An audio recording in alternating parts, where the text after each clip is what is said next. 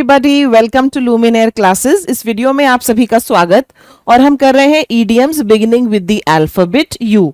शुरुआत करते हैं, देखते हैं यहाँ पर पहला क्या दिया गया है आपको। पहला दिया गया है uncharted waters. So what is exactly uncharted waters? ये कहां से आया? ये भी नेविगेशन से आया। ओके अब नेविगेशन में क्या होता है कि हम एक जहाज लेकर जो है समुद्र में जा रहे हैं, we are going into the water, और उस वाटर के काफी सारे ऐसे एरियाज होंगे जो मैप नहीं किए गए हैं, हमें नहीं पता कि वो डेंजरस है या फिर वो फेवरेबल है। ऐसे हम ये वहां पर ये यूज होता है अ न्यू और unknown situation that can be risky, खतरनाक स्थिति जहां पर रिस्क हो सकता है। Is it clear? ओके, ये हमारा फर्स्ट वाला है। इसी से मिलता जुलता एक है to test the water. To test the water या टू टेस्ट द वाटर्स। अब इसका मतलब क्या होता है ये आप मुझे कमेंट सेक्शन में लिखकर बताइए। अगला देखो, unconditional surrender. Unconditional, what is unconditional? Unconditional जिसमें कोई शर्त ना हो। ओके, और कंडीशनल क्या होता है? कंडीशन जिसमें हो। ओके, कंडीशनल होता है जिसमें कोई शर्त रखी गई है, और सरेंडर होता है समर्पण कर देना। तो जब हम बिना शर्त के समर्पण करते हैं, that is known as unconditional surrender. Giving up without any conditions, बिना शर्त के। ये कहां से आया? वर्ल्ड वॉर 2 से। वर्ल्ड वॉर 2 से आया, जहां पर एक्सिस पावर्स जो थे उनको समर्पण करना पड़ा, और उसके बाद ये वॉर वगैरह में काफी यूज होता है। अनकंडीशनल सरेंडर मतलब बिना किसी शर्त के सरेंडर कर देना। Clear to you? नेक्स्ट अगला देखो, upset the apple cart. Okay, cart क्या होता है? कार्ट होता है ठेला, right. Upset the apple cart का मतलब यानी कि अगर आप ठेले पे सेब बेच रहे हैं और उसको पलट दिया जाए तो सारा ऑर्डर जो है वो बिगड़ गया। इसका मतलब है to mess up a plan और an arrangement, to upset the apple cart. Clear? Next देखिए, under duress. What is duress? ये वर्ड देखो, ड्यूरेस।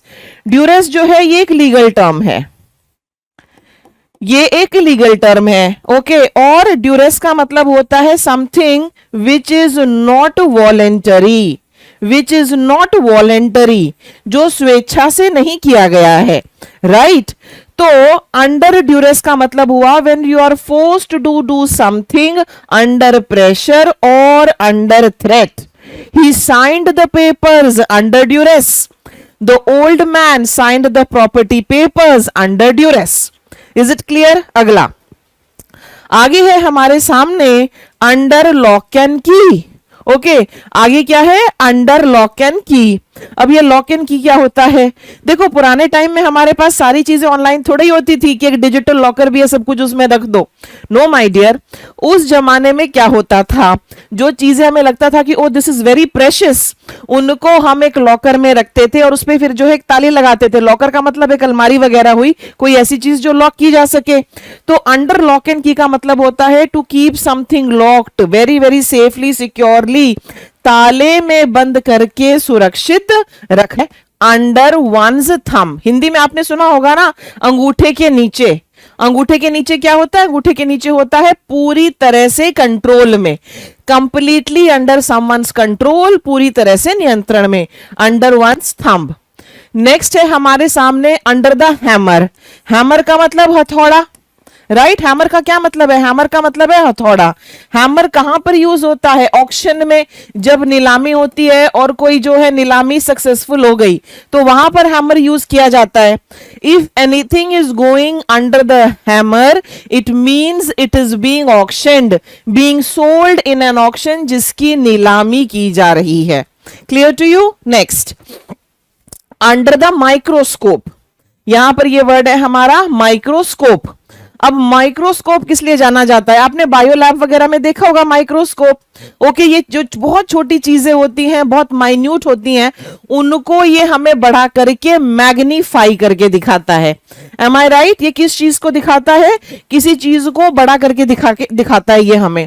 तो जब किसी चीज को बहुत बारीकी से जांचा जाता है तब हम कहते हैं it is under the microscope, being studied in great detail, किसी चीज का बहुत बारीकी से अध्ययन करना, that is under the microscope. Clear to you? अगला देखिए, नेक्स्ट है हमारा under the table. Under the table, fine. Under the table, इसके लिए आप एक और लिख लीजिए, बिहाइंड क्लोज्ड डोर्स। ये भी मैं आपको बताती हूं ये क्या होता है। बिहाइंड क्लोज्ड डोर्स, बंद दरवाजों के पीछे। अंडर द टेबल, टेबल के नीचे से वो एक्टिविटीज जो इलीगल हैं या हम नहीं चाहते कि किसी को पता चले, जिनको हम सीक्रेटली कर रहे हैं, उनके लिए कहा जाता है ये। क्या रिश्वत हमेशा खुले में दी जाती है? जी नहीं, रिश्वत दी जाती है under the table. He had to pay a hefty amount under the table to get the tender passed. Did you understand this? Okay, अवैध और गुप्त रूप से करना, that is under the table.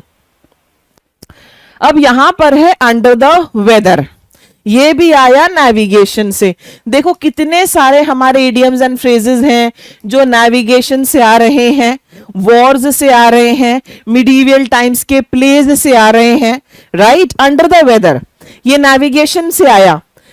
Starting में क्या होता है, जब आप समुद्र में जाते हैं, लंबे टाइम तक वहां रहते हैं, तो कुछ लोगों को सी सिकनेस हो जाती है, वो समुद्र देख देख कर परेशान हो जाते हैं, and they want to come back home, they want to see land, fine. तो ऐसे लोगों को वहां पर ना under the weather, he is feeling under the weather, इस तरह से कहते थे। अंडर द वेदर का मतलब होता है ही इज फीलिंग सिक और ही इज फीलिंग अनवेल, ये बीमार महसूस कर रहा है, that is to feel under the weather. Clear? Next देखो, under your breath. Under your breath हमने एक और किया था, right under your nose, right under your nose या फिर अंडर वंस नोज। ये बताइए मुझे ये क्या होता है under one's nose? Under your breath ये क्या होता है?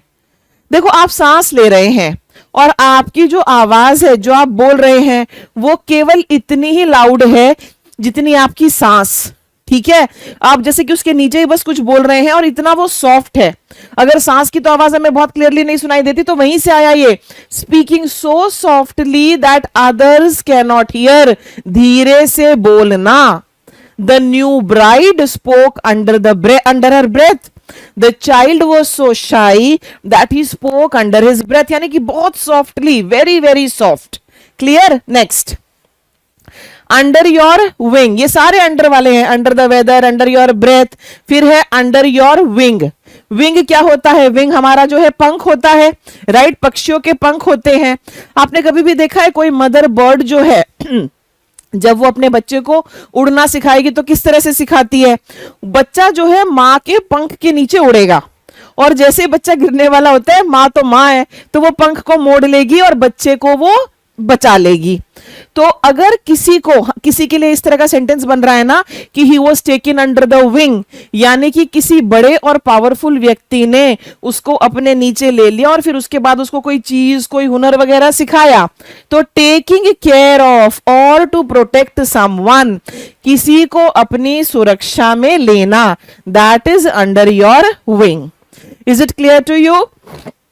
नेक्स्ट देखिए, अनटेस्टेड वाटर्स। ओके, एक होता है टेस्टेड वाटर्स, इसी से एक और आता है, ये भी आप नोट करो, ये है हमारा ट्राइड एंड टेस्टेड।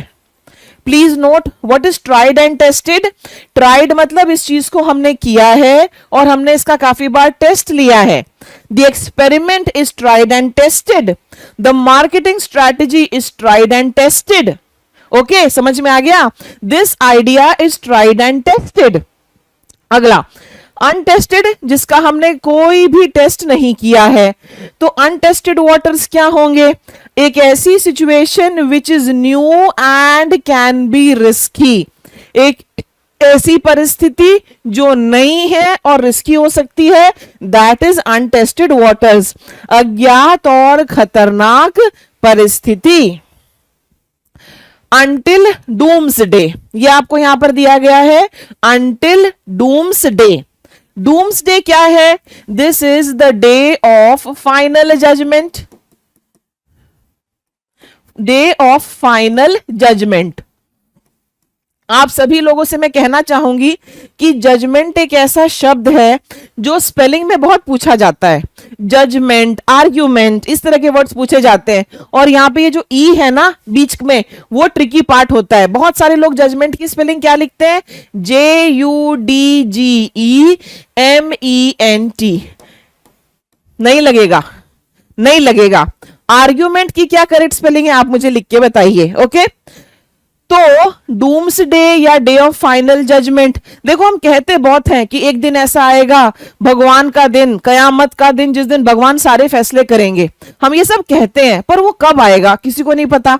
हमसे पुरानी जनरेशन ये सुन रही थी, उनसे पुरानी जनरेशन ये सुन रही थी, उससे पुरानी आपको अपनी जनरेशन के नाम नहीं याद होंगे, तब से ये बातें कही जा रही हैं। तो इसका मतलब क्या हुआ? इसका मतलब हुआ for a very long time, कयामत के दिन तक, कयामत के दिन तक।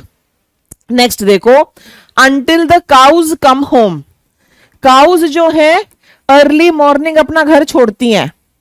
ओके, अर्ली मॉर्निंग जो है काउज अपना घर छोड़ती हैं, राइट। और मॉर्निंग का वो समय क्या कहलाता है? डॉन। और वो वापस कब आती हैं? लेट इवनिंग में आती है, वो शाम को, जब बिल्कुल अंधेरा होने वाला हो, डस्क, राइट। सुबह उनका दूध निकाल लिया जाता है, उनको छोड़ दिया जाता है, वो इधर उधर चरती है, शाम के टाइम वापस आ जाती है, फिर से दूध निकाल लिया जाता है। यही तो स्ट्रेटजी है, राइट। तो ये पीरियड जो है बीच का, ये बहुत लंबा माना जाता है। So until the cows come home का मतलब है for an extremely long time, बहुत लंबे समय तक। Clear to you? ये बताइए मुझे क्या होता है फॉर डोंकीज ईयर्स? ओके, ये बताइए, ये आपने सुना होगा, up in arms. Okay, arms यहां पर क्या है? आर्म्स है यहां पर हथियार, हथियार, हथियारों को हम आर्म्स कहते हैं। When somebody, okay, up in arms का मतलब क्या हुआ? अप इन आर्म्स का मतलब यही हुआ ना कि आप किसी चीज का हथियार लेकर विरोध कर रहे हैं, आप उसको अपोज कर रहे हैं। It means to strongly oppose और प्रोटेस्ट अगेंस्ट समथिंग, किसी चीज का विरोध करना। When the factory owner wanted to shut down the factory, the workers were up in arms. When the government wanted to cut down the forest for construction work, the tribals were up in arms. The environmentalists were up in arms. Clear to you? आगे, अपर crust. अपर crust होता है the highest social class, समाज का सबसे ऊंचा वर्ग। Society भी अलग अलग लेयर्स में डिवाइडेड है कि ये अपर क्लास है, ये मिडिल क्लास है, ये लोअर क्लास है। बीच बीच में हम और भी घुसा देते हैं, lower middle class, upper middle class, etcetera etcetera. जो सोसाइटी का ऊपर वाला लेयर है, that is known as the upper crust. Is it clear to you? ये सोसाइटी में ही नहीं होता, मान लीजिए स्टूडेंट्स ही हैं। Okay, who will clear the IIT JEE entrance exam? The upper crust, the cream, the cream, ऊपर वाला लेयर। the cream कहां से आया? दूध में जो ऊपर मलाई कहां होती है? सबसे ऊपरी लेयर ना, ये वहां से आया। नेक्स्ट देखिए, अंडर अ क्लाउड। यहां पर क्लाउड जो है ये सिग्निफाई करता है शक को, सस्पिशियन को। ओके, तो अंडर अ क्लाउड का मतलब होता है सस्पेक्ट, किसी के ऊपर आपको शक होना और उस व्यक्ति का शक के दायरे में होना। When the scam was unveiled, okay, he has been under a cloud since then. He is under a cloud because his name has come up in a doping scandal, यानी कि शक के दायरे में होना। सो माय डियर स्टूडेंट्स, हमने alphabet you से शुरू होने वाले जो इडियम्स थे वो कर लिए हैं। बाकी के सारे क्वेश्चंस जो हैं आपको लुमिनेयर के स्टडी मटेरियल से करने हैं। ठीक है, अब देखते हैं, 2-3 क्वेश्चंस ही मैं यहां पर कराऊंगी, बाकी सारे आप जाकर स्टडी मटेरियल से करें। After the merger the company entered dash facing unpredictable challenges. Okay, upper crust, untested waters, under the weather या under lock and key। Merger के बाद the company entered where? Upper crust, untested waters, under the weather. Untested waters ये होती है आपकी unknown risky situation.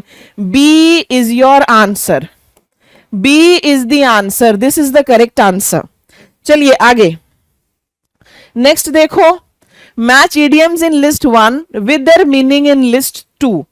Under your breath, under one's thumb, under duress and upper crust. Okay, under your breath तो कोई चीज बहुत softly कहना, so one will go with A. Under one's thumb पूरे कंट्रोल में, controlled by someone, so one goes with A, two goes with D. Under duress, forced under pressure, 3 goes with B. 4 goes with what? 4 goes with C.